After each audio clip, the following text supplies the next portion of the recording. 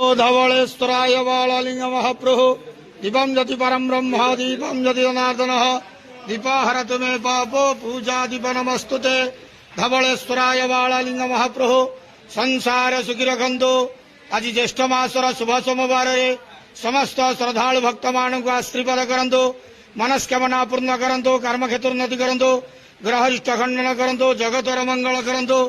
विश्वर कल्याण करंतु आपण नाम प्रकाश करंतु सेवकर डाक श्रवण करंतु समस्त गुआवसा भक्त मानकर मनस्कामना पूर्ण करंतु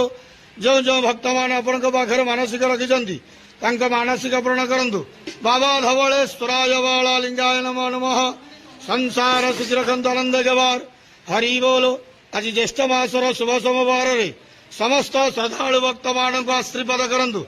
आनंद गवार हरि बोलो बाबा धवलेश्वराय बालालिंगाय नमो नमः।